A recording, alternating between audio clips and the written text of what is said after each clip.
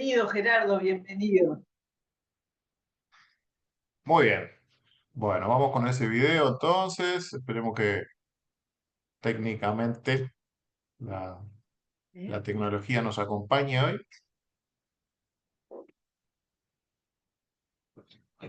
La parte del audio puntualmente del video no se preocupen, si lo escuchan o no, porque este video en sí es una descripción de un incidente. Es un incidente que sucedió este año, 19 de marzo de 2025, en el aeropuerto de Chicago.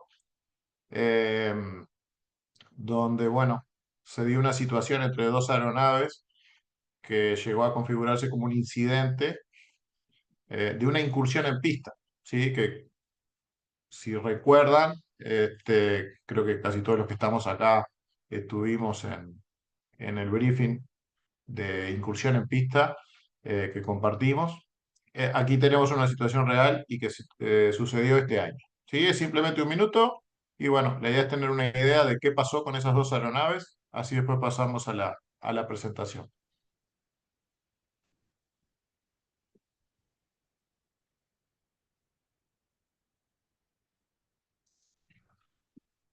Ahí no sé si están escuchando el audio del video.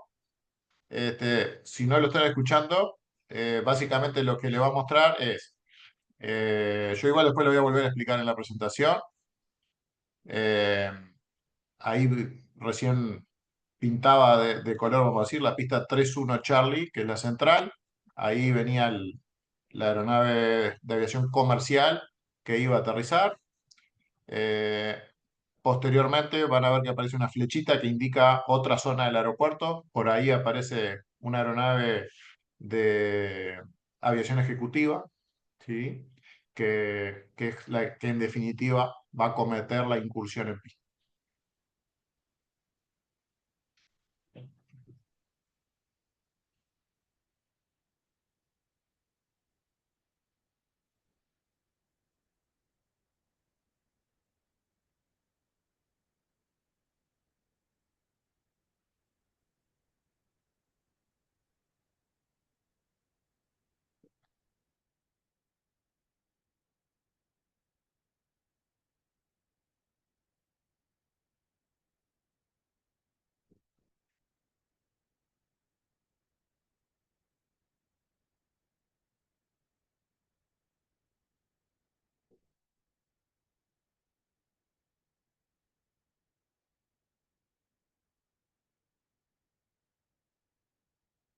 Bien. Bien clara la situación, ¿no? La verdad que bastante apremiante, ¿sí? Esa aeronave de aviación ejecutiva que se cruza por delante de la aeronave de aviación comercial, que bueno, afortunadamente ejecutó como explicaba ahí, el go around, la maniobra de frustrada, de motor y al aire, y pudo tener un final feliz esa historia. Así que bueno, la idea es tratar eh, vamos a tratar de, ahí. Como les decía, Chicago, 19 de marzo de 2025, una situación donde la aeronave de aviación comercial iba a aterrizar en la pista 31 Charlie, ya estaba autorizada, ¿sí? En ese aeropuerto, obviamente, un aeropuerto, el de Chicago, de los más congestionados, ¿sí? Del mundo y particularmente en Estados Unidos. Una frecuencia de torre, o sea, las dos aeronaves estaban en frecuencias diferentes, ¿ok? La aeronave ejecutiva estaba en contacto con la, el control de ground de superficie, lo autoriza a salir de su posición, que al principio yo escuché este video más largo, después si quieren se los puedo compartir, obviamente, para quien esté interesado. Al principio estaban hasta confundidos en qué posición estaban, ¿sí? Luego los autorizan a rodar y los habían autorizado a ir hasta este punto que figura acá, donde está la flecha amarilla del centro, a, a ir al punto de espera que se llama, de la pista 31 Charlie y esperar autorización. Ellos no entendieron eso por eso cruzaron, ¿sí? No entendieron, bueno, por una serie de causas, como siempre pasa, ¿sí? Como decimos, los agujeros del queso en la teoría de Reason, que nos habla de cuando se alinean los agujeros del queso hasta que sucede el accidente. Una frecuencia congestionada, una confusión de la lectura de señalización en tierra, confusión de pista con taxiway, eh, también un bajo nivel de alerta situacional o conciencia situacional, también causado en parte a un poco de fatiga y carga de trabajo también en cabina. Lo que, bueno, afortunadamente, lo que sucedió es que la tripulación de eh, la aeronave comercial sí determinó que estaban en una situación de riesgo alto, eh, y toma una decisión adecuada, ¿sí? Lo que, bueno, evita que suceda un accidente que obviamente podría haber sido extremadamente grave, ¿sí? Así que, bueno, nos sirve esto a modo de eh, puntapié inicial, por decirlo así. Em, para dar comienzo, entonces, ¿cuál es el objetivo de este briefing del día de hoy? Es definir lo que se llama el concepto TEM, ¿sí? ¿Cuáles son sus características? Y una vez comprendidas esas características, hablar un poco sobre determinadas medidas que podemos tomar y que tengamos al final de esta reunión, haber logrado la comprensión de lo importante que es adquirir este tipo de conocer y de adquirir y practicar este tipo de herramientas para poder mantener nuestra seguridad operacional en un nivel adecuado, ¿sí? Que en definitiva creo que es lo que todos queremos como usuarios, ¿sí? Los tres puntos que vamos a ver, las generalidades, vamos a ver ahí algunas definiciones, en principio la del concepto TEM, y luego un montón de conceptos que acompañan al concepto TEM. Luego vamos a describir las características de cada uno de los componentes del concepto TEM y finalmente las contramedidas, ¿sí? De modo de aportar siempre a lo que es la seguridad operacional. Dentro de lo que son los factores humanos, bueno, tenemos un montón de áreas para trabajar. Por ejemplo, lo que es el tema del CRM, que de esto eh, en la jornada de seguridad operacional del 4 de octubre vamos a tener bastante, ¿sí? Para conversar.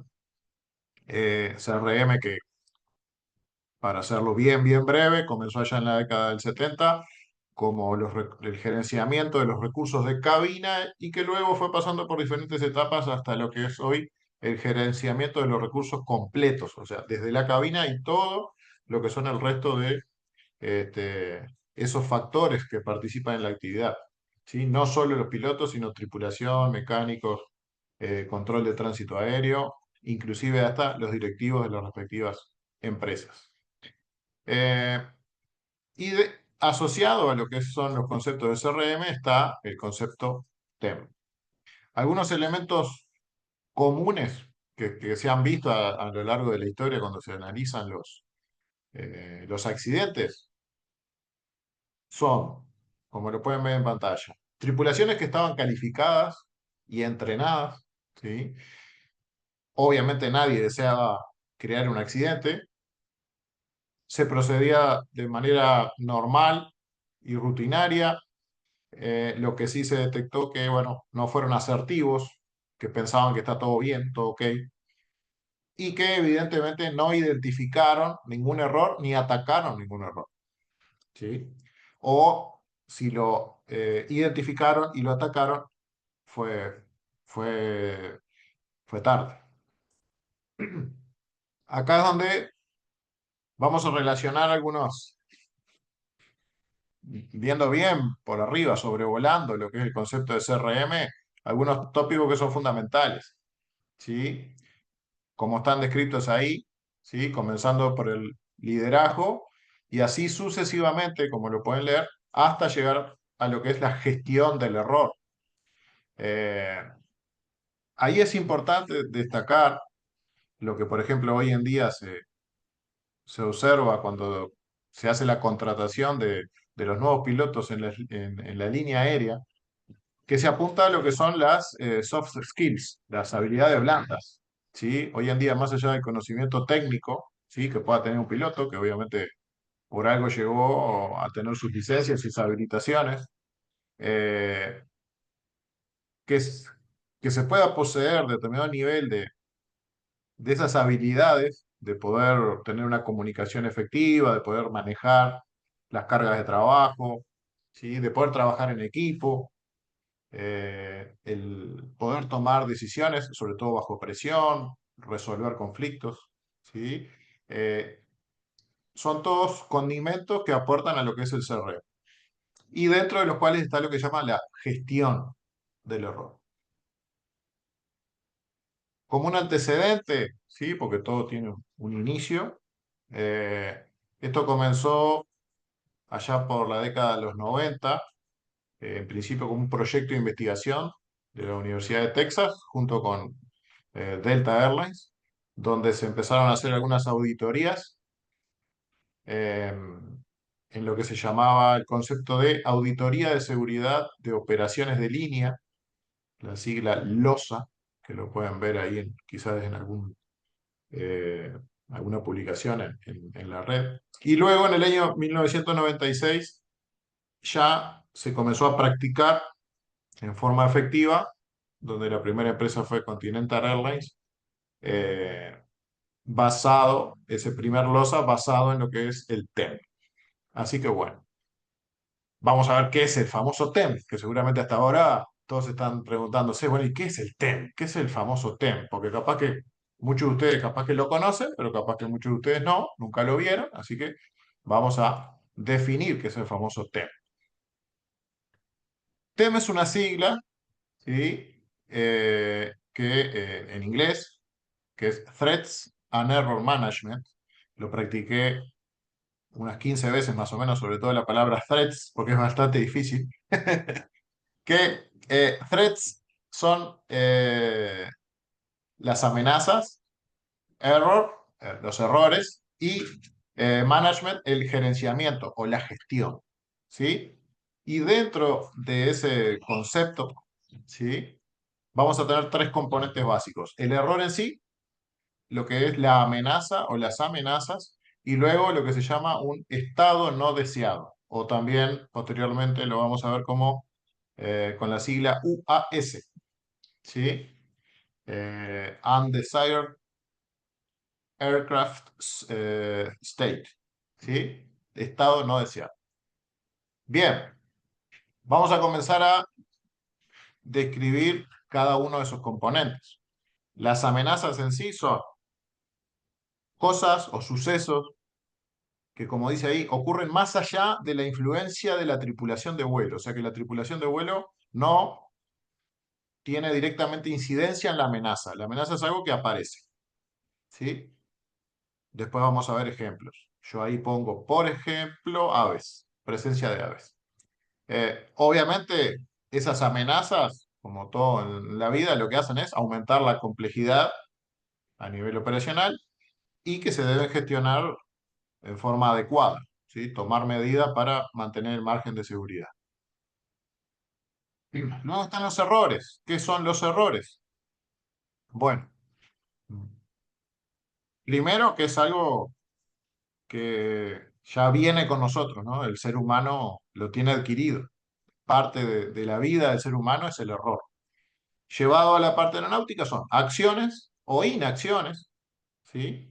Que realizamos los tripulantes de vuelo, ¿sí? Y vieron que digo que cometemos errores, ¿no? O sea, acá ya de cierta forma un mensaje de que todos tenemos que asumir de que todos cometemos errores. Porque también en el ámbito aeronáutico sucede que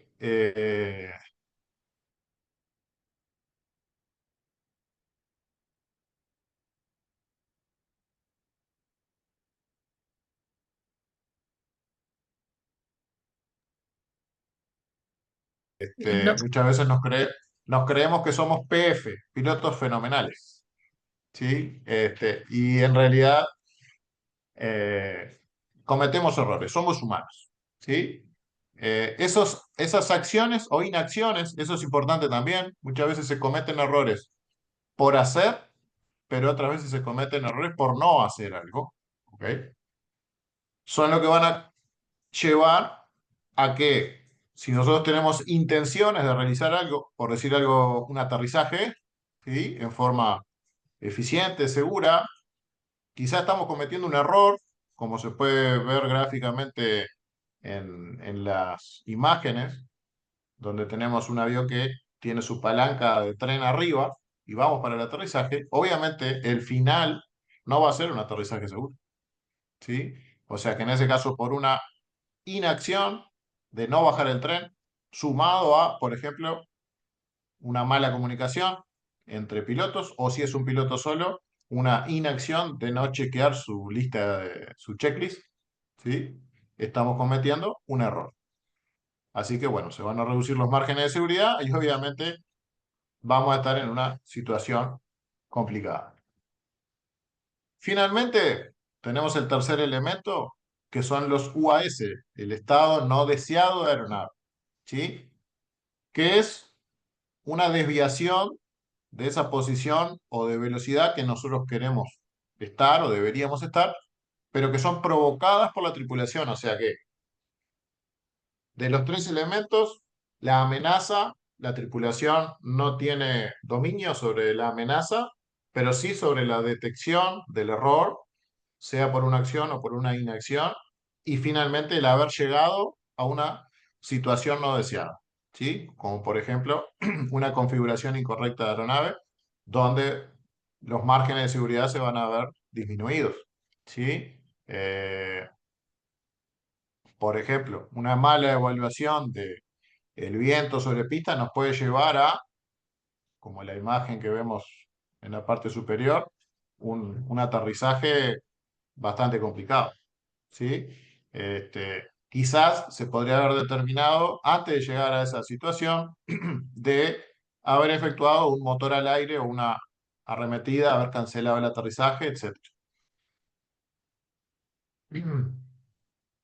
Bien, entonces, una vez que ya conocemos lo que es el concepto TEM, conocemos los tres elementos, tenemos que hablar de lo que es la gestión. Entonces, cuando hablamos de gestión, estamos hablando de un proceso en el cual nosotros, tanto como acá es para todos los actores del sistema, ¿sí? Obviamente, en la aeronave va a ser el piloto o la tripulación, que vamos a tener que pasar por ese proceso de detectar el error y responder, ¿ok? Al error, o mejor dicho, a la amenaza que tenemos que nos puede llevar a cometer un error o sucesivos errores, de modo de que las consecuencias finales no sea un incidente o un accidente, ¿sí? ¿Venimos bien hasta acá? Se va entendiendo, se va comprendiendo. Digo, si bien normalmente lo que hacemos es al final abrir un espacio para responder respuestas y hacer intercambio, obviamente, que es la idea. Eh, Cualquier cosa, abre el micrófono, me preguntan, escriben en el chat, etc. Así que Estuvo bueno, bárbaro, Gerardo. bárbaro, impecable. bien, bien. Yo ahí voy poniendo las fuentes, ¿sí? Esto es la información de este briefing fue extraído, bueno, de algunos estudios de lo que es el concepto TEM para pilotos de helicópteros en Alemania. Después también hay algo de material de la DGAC de Chile, ¿sí? Que bueno, obviamente para aquellos que les interese, después si lo quieren me lo piden y yo se los comparto, no hay problema por eso, lo mismo que los videos. Gracias, Gerardo. Eh, Bárbaro. Conceptos varios, ¿sí? Nosotros recuerden que siempre estamos volando dentro de un entorno de vuelo, ¿sí? Y en ese entorno de vuelo nosotros tenemos vamos a decir, un entorno interno dentro de lo que es la aeronave y un entorno externo, ¿sí? Dentro de lo que es interno, bueno, es nosotros como pilotos solos o que estamos compartiendo la cabina con otro piloto, ¿ok? Eh, pero también el interno nos lleva a nosotros mismos como personas de preguntarnos, bueno, ¿cómo estamos para volar hoy? ¿Sí? Porque ahí es donde comenzaría todo. La evaluación, ¿sí? De cuando vamos a hacer un vuelo, debería comenzar por ahí, ¿sí? De cierta forma asociado a aquella lista de I'm safe que aparece en algún manual de FAA, que nos hace hacer una checklist de decir, bueno, descansé bien, me siento bien, etcétera, etcétera. ¿Sí? O sea que ahí estamos hablando de ese entorno de vuelo interno y luego el interno dentro de la cabina. Y luego lo que es a nivel externo son todas esas relaciones que nosotros mantenemos con el resto de los elementos del sistema, ¿sí? Sobre todo de los factores humanos, que es esa variable, ¿no? Tan dependiente y que es la que normalmente y lamentablemente, pero es algo por eso estamos haciendo este tipo de briefings, nos sigue manteniendo en el 75-80% como el factor que normalmente tiene mayor incidencia en los incidentes o accidentes. ¿Ok? El trabajo en lo que son los factores humanos, el CRM y el SRM, que es el gerenciamiento de los recursos de piloto único, son temas a trabajar. Las diferencias culturales, el tema de la diferencia cultural, ¿a qué va?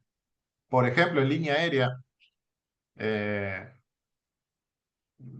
muchas veces nosotros quizá pensamos que vamos a volar en línea aérea y vamos a estar volando con alguien igual a nosotros. Y en realidad, el estar volando con alguien que es de otro país, ¿sí? O de otro continente, diferentes culturas, eh, ahí entra también y se asocia a lo que es la comunicación, ¿sí? Como dicen los expertos en comunicación, es imposible no comunicar, ¿sí? Porque hasta nosotros cuando no decimos nada, estamos comunicando, ¿sí? Eh, y también se asocia a esas diferencias culturales, a lo que son las diferencias en las comunicaciones, muchas veces quizá un gesto, una palabra, para alguien de un país latino puede significar algo que para una persona que es anglosajón o asiático o europeo puede significar algo totalmente diferente, ¿sí? Eh, Estos son temas que obviamente tendríamos que hacer un briefing para cada uno de ellos, ¿no? Yo acá los estoy nombrando muy por encima. La vigencia y la competencia, esos conceptos que, si lo recuerdan quizás a principio de ellos lo hablamos, el estar vigente para estar legal y cumplir con la normativa, por ejemplo, la experiencia reciente, ¿sí? En los últimos 90 días, 3 despegues, 3 aterrizajes. Y por otro lado, la competencia, es nuestro nivel, cuán competentes somos, qué nivel de entrenamiento tenemos en el último tiempo para realmente sentirnos seguros. Luego el tema de las habilidades blandas, como les decía anteriormente, asociado al concepto CRM, esas habilidades no técnicas. Podemos ser excelentes pilotos, pero si no tenemos una buena capacidad de comunicarnos, realmente, y sobre todo en situaciones adversas, como puede ser enfrentar una amenaza, eh, una mala comunicación nos puede llevar a cometer un error por una acción o por una inacción de no querer comunicarle al otro que estamos viendo algo que está mal y que nos lleve a ese estado no deseado. Y luego también otro concepto importante como la conciencia situacional o alerta situacional, que también fue de los temas que tratamos este año y que está en toda nuestra vida, ¿sí? De decir si realmente estamos conscientes de qué estamos haciendo, de qué estamos observando, si estamos presentes realmente ahí o nuestra cabeza está en otro lado, ¿sí? Acá, esta imagen es de cierta forma un resumen de lo que es el concepto TEM, ¿ok? Ahí tenemos lo que es una amenaza o amenazas, lo que es el error o errores y debajo lo que son las situaciones no deseadas o estado no deseado de aeronave. Y se van a dividir en lo que son acá ya estamos entrando en el segundo tema, estamos pasando de las generalidades a lo que son las características, ¿sí? De cada uno de los elementos. Vamos a ver los nombres y algunos ejemplos, y la idea también es asociar esto con el ejemplo que vimos al principio del video, ¿sí? Esa situación de incursión en pista. A ver qué amenaza existía, qué error se cometió y qué estado no deseado se llevó, ¿sí? Para poder asociarlo así es más fácil. Dentro de las amenazas vamos a tener amenazas previstas, imprevistas y latentes. Dentro de los errores se cometen normalmente errores de manejo de la aeronave, de procedimiento y de comunicaciones. Y los estados no deseados se cometen de manejo de la aeronave, de navegación en tierra y de configuración incorrecta de la aeronave. Dentro de lo que son las amenazas previstas, bueno, todo lo que puede llegar a ser dentro de lo que es la planificación previa al vuelo, ahí nosotros podemos detectar muchas amenazas, ¿sí? Pueden estar los valores de altitud de densidad, por ejemplo, de meteorología, ¿sí? Los factores que sean, tormenta, engelamiento, turbulencia, cizalladura al momento del aterrizaje, los cálculos de peso y balance, los obstáculos que podamos tener en los aeropuertos o en la ruta, eh, lo que es un aeropuerto congestionado, lo que son autorizaciones complejas y lo que es muchas veces que ya está previsto porque hasta en los NOTAMs, ¿sí? Eh, aparece la información de que hay presencia de aves. Ahí van a ver, dentro de las tres columnas, algunos conceptos que están subrayados. Esos conceptos que están subrayados son parte de las amenazas que, por ejemplo, estaban asociadas al ejemplo que vimos al principio de la situación de incursión en pista. Teníamos un aeropuerto congestionado, autorizaciones complejas por parte de la torre. Luego, dentro de las amenazas imprevistas, encontramos lo que puede ser una posible falla de aeronave, nos puede pasar en cualquier momento, así sea no precisa que sea una falla de motor, puede ser una falla eléctrica, una falla de comunicaciones, que suene una alarma, que se encienda una luz, hasta algo mucho más simple, muchas veces el tema de que el intercomunicador entre los pilotos de repente no funcione correctamente, eso ya puede considerarse como una amenaza imprevista. Situaciones imprevistas desde el punto de vista de la meteorología, que nos tengamos que desviar de la ruta, volvemos al aeropuerto congestionado, ¿sí? Quizá los pilotos sabían que estaban con un aeropuerto congestionado o quizá no.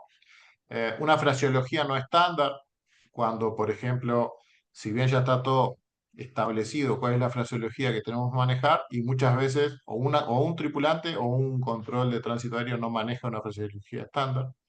Si existe alguna radio o ayuda que esté inoperativa, si hay una presencia de aves que quizás no estaba prevista, ¿sí? O una pista contaminada. Pista contaminada, recuerden que hablamos de tanto por pérdidas de líquidos y lubricantes o por lluvia.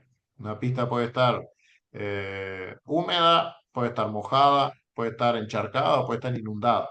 ¿Sí? Esos serían los ejemplos de pista contaminada. Y luego lo que son amenazas latentes. Latente que expresa que, bueno, son cosas que pueden estar apareciendo y desapareciendo y que ahí es donde nosotros tenemos que, de cierta forma, estar observando como actores del sistema.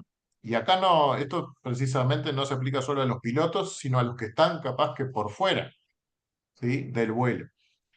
Que eso también, cuando uno trabaja un buen CRM, está muy bueno, porque hoy en día el CRM no solo se ve, bueno, el avión, cuántos litros de combustible va a llevar, cuánto va a volar, cuántos pasajeros, etcétera, sino también se trabaja eso de cómo están, ¿sí?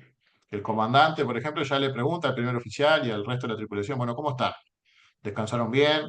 Que se hable, todo ese tipo de cosas, porque, bueno, es difícil que todos vayan al 100% para cada vuelo, ¿sí? Entonces, es más importante que de repente el comandante sepa que el primer oficial tuvo una mala noche y durmió mal, a que se sorprenda en cabina que el primer oficial justo tiene que volar esa ruta y lo va a ver que está como lento, como desatento, es preferible saberlo antes.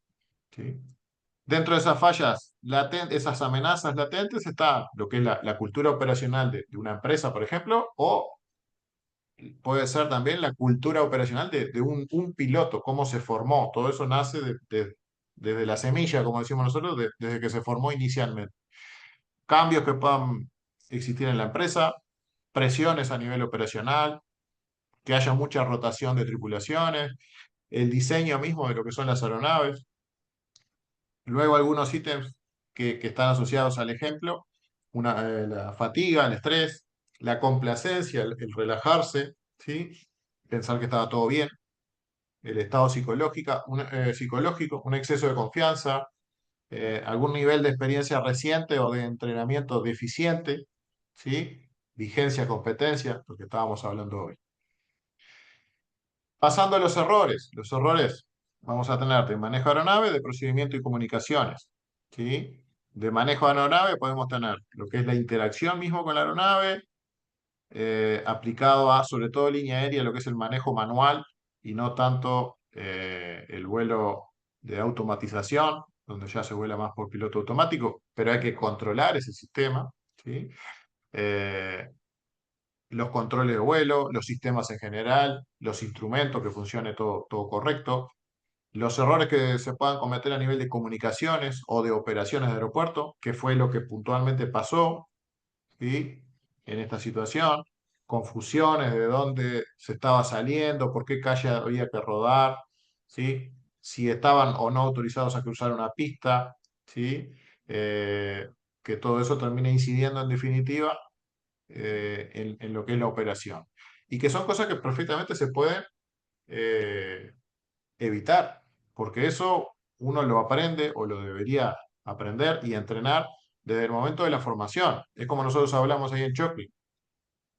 Quizás estamos saliendo un avión a un vuelo de instrucción, no hay ningún avión en 100 kilómetros de la redonda, pero nosotros tenemos que entrenar como que si hubiera 3 4 aviones alrededor. Entonces, manejarnos en el léxico, ¿sí? Con la frecuencia. Respetar lo que son, por ejemplo, la posición 1 donde ponemos en marcha, la posición 2 para la prueba de motor, la posición 3 para el despegue, reportar todas esas posiciones. Siempre el chequeo de las finales de pista, de que no hay aeronaves, ¿sí?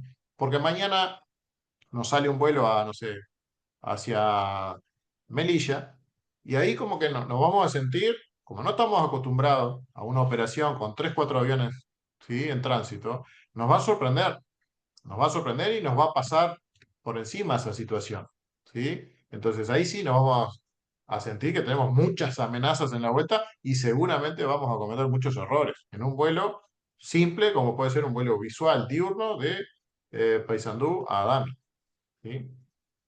Errores de procedimiento.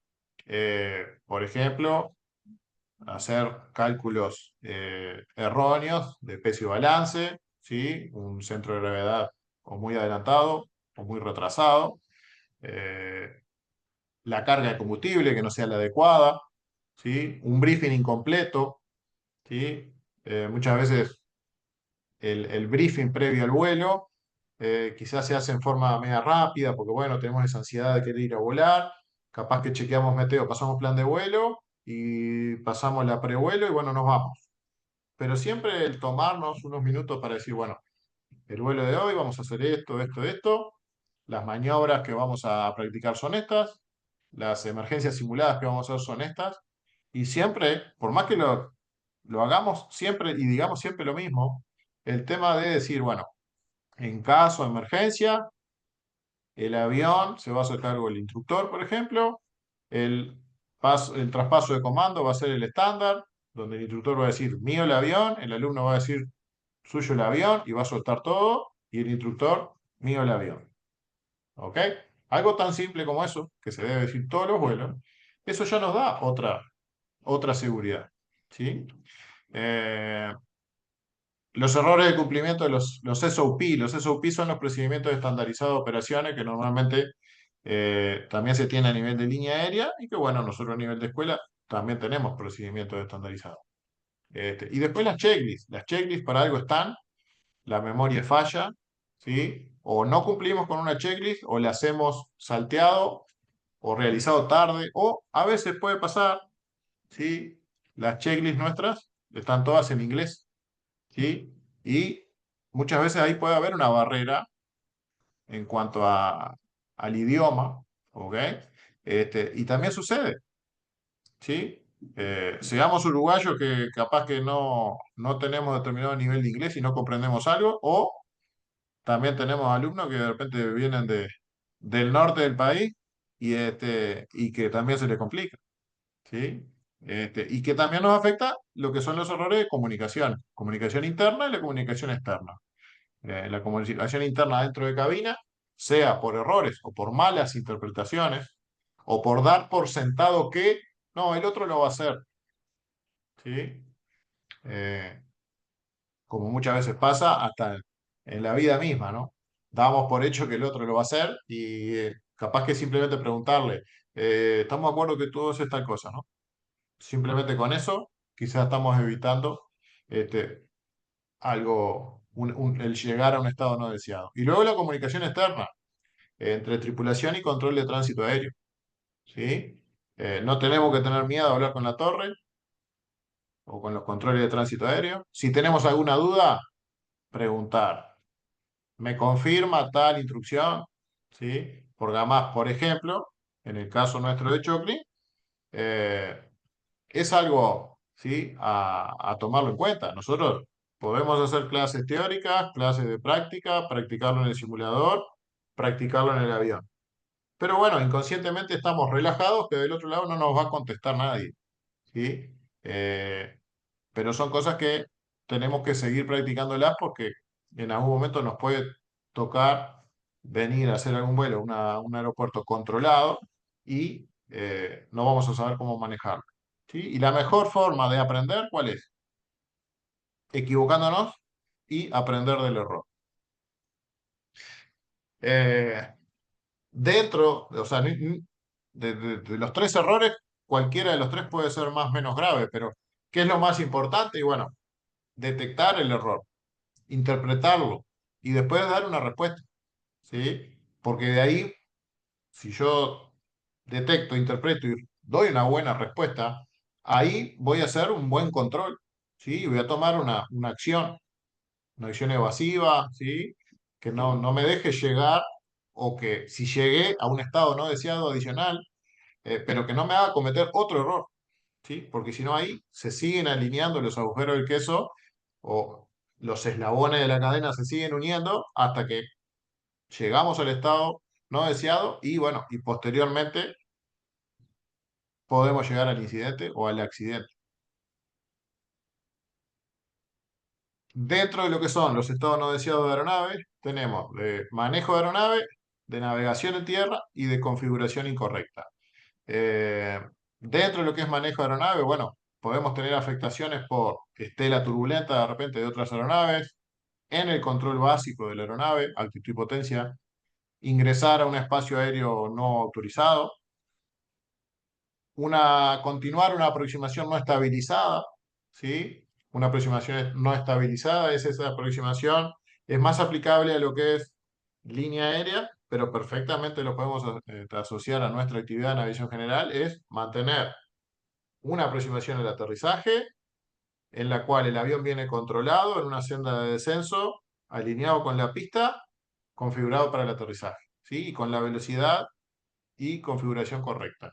Si nosotros estamos fuera de esos parámetros, estamos en una aproximación no estabilizada. Entonces, continuar para un aterrizaje estando en esas condiciones no es seguro. Entonces, lo que corresponde en ese caso, motor y al aire, aproximación frustrada, cancelar el aterrizaje, ¿sí?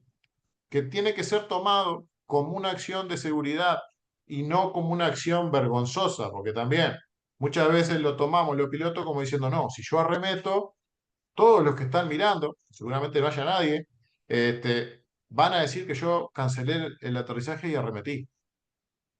Me equivoqué. Y en realidad el equivocarse es continuar con esa aproximación no estabilizada, ¿sí?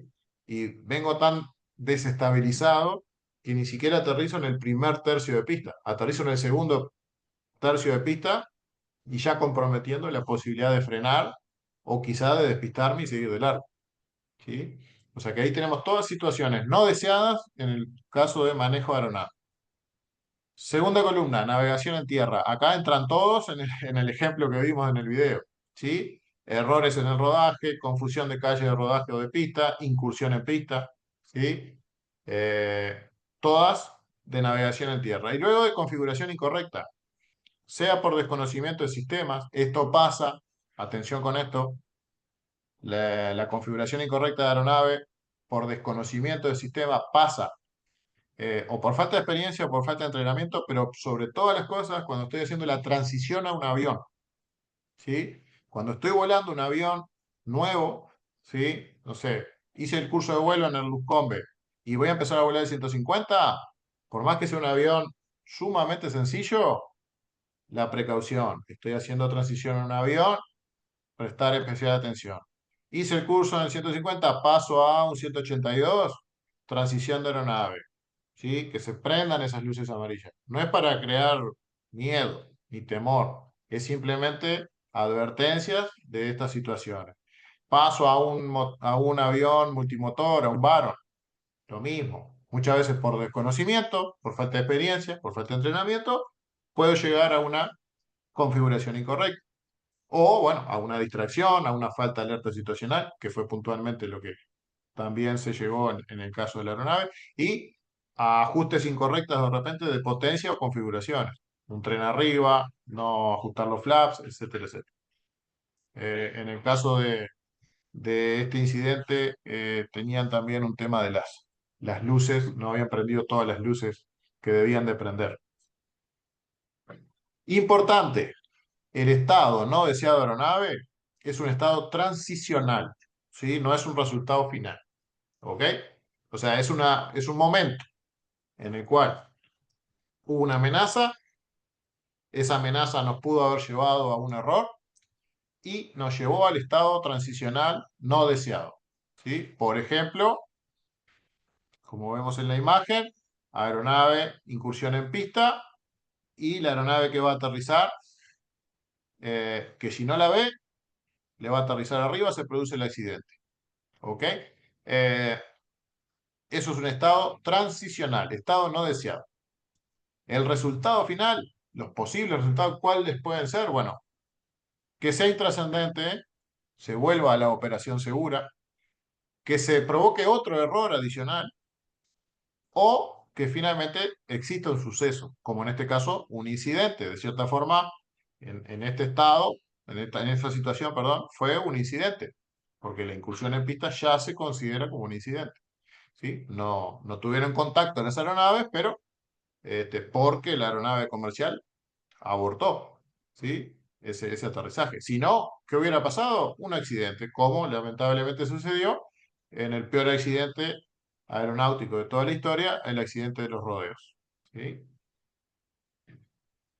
Bien, pasamos al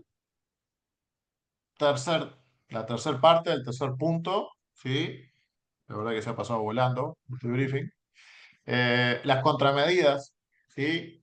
¿Cómo podemos evitar, ¿sí? El llegar a esos estados no deseados? Bueno, la formación, sin duda, tanto inicial como recurrente, ¿sí?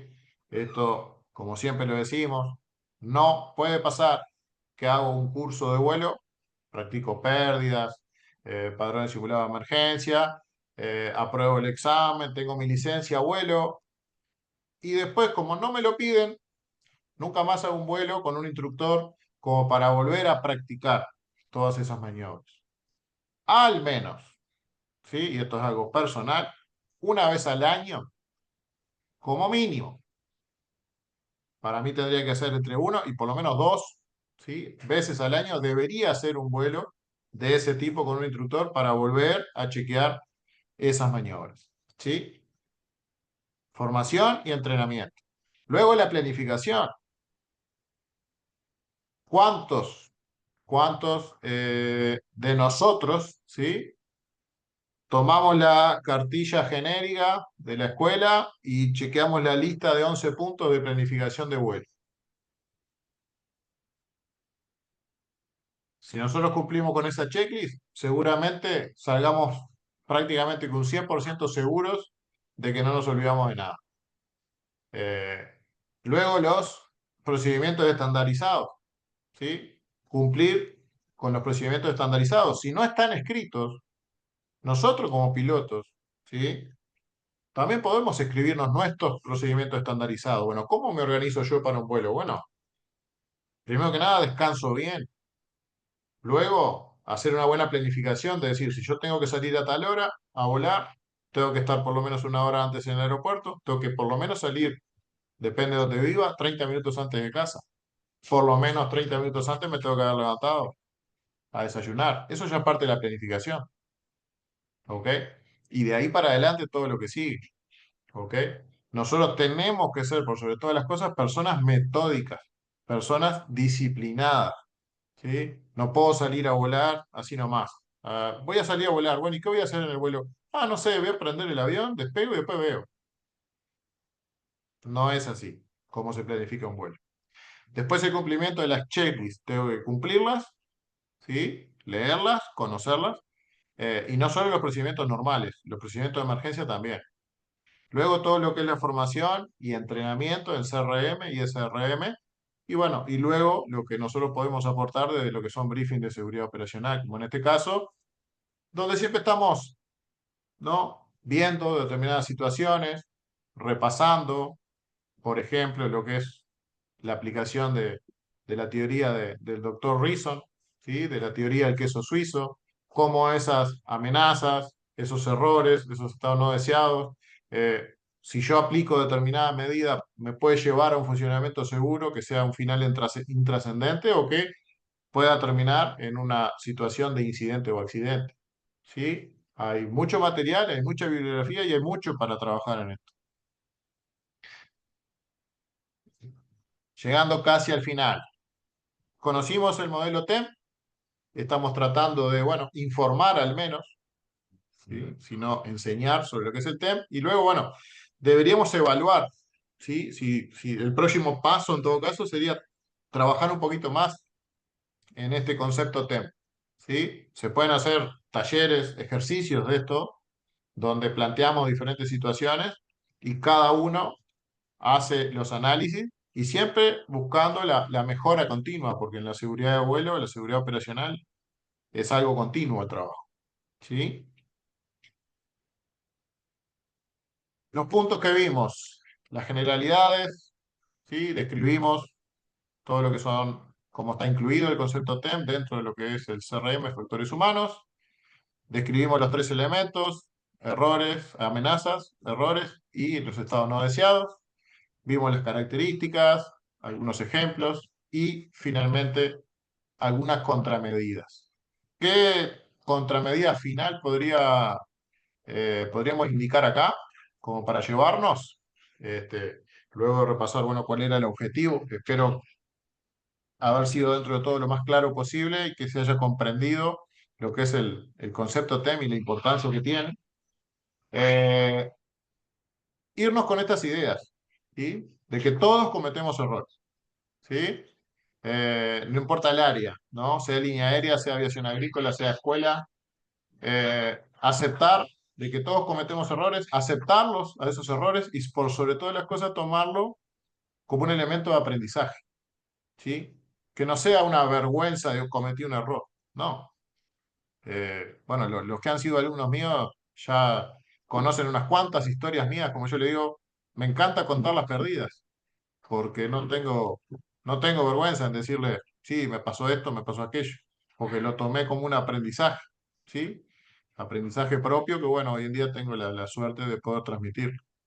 Así que tomar ese error como un elemento de aprendizaje. Eh, y bueno, recordar de que cómo podamos gestionar nosotros esas amenazas, identificarlas, no cometer errores y si los cometemos, también identificarlos y tomar medidas, ¿sí? Va a ser la diferencia entre un vuelo, entre que se llegue a suceder un incidente o accidente o un vuelo seguro. De lo que es la temática, ¿sí? No sé si hay alguna consulta, alguna pregunta, algún aporte. Eh, yo del tema en sí, digo, no lo he visto en algún curso, en el material ese que ya les digo, les repito, si alguien lo quiere leer, me lo piden y se lo envío, no hay ningún inconveniente. Y bueno, digo, de esto se puede seguir trabajando, ¿sí? Así que bueno, estoy abierto, no sé, alguna consulta, algo más. Gerardo, dado lo que hablas, como que la planificación y el momento reflexivo, diría, como previo a la situación concreta o situación de vuelo, es como esencial. Dado lo que decís, ¿no? Como que ese momento previo pasa a ser muy relevante, el pensar lo que sería el futuro vuelo o las futuras situaciones que se puedan dar. Sí, o sea, a ver, estamos de acuerdo con como decís tú, el previo al vuelo es fundamental porque una buena planificación nos evita un montón de inconvenientes a futuro, pero esto también, el modelo TEM apunta a la vigilancia constante, vamos a llamarlo así, ¿sí? Porque si no, ese estado de complacencia, como yo le decía ahí, esa relajación de está todo bien, y sobre todo hoy en día, no sé, en línea aérea, donde se vuela con piloto automático, entonces el avión despega, piloto automático, y el avión hace todo solo. Pero las tripulaciones son controladores de sistemas. Les programaron que hiciera determinada ruta, pero como piloto las tripulaciones tienen que controlar que efectivamente hagan eso. Pero después, durante el vuelo, pueden suceder un montón de vicisitudes. Meteorología adversa que quizás no estaba programada, todas esas amenazas que hablamos ahí, que estaban imprevistas, y donde yo tengo que hacer cambios en mi ruta de vuelo. En definitiva, la gran diferencia es el manejo de los imprevistos, ¿sí? Porque, como yo les digo casi siempre cuando vamos a las clases, en la parte de planificación, yo planifico un montón de cosas.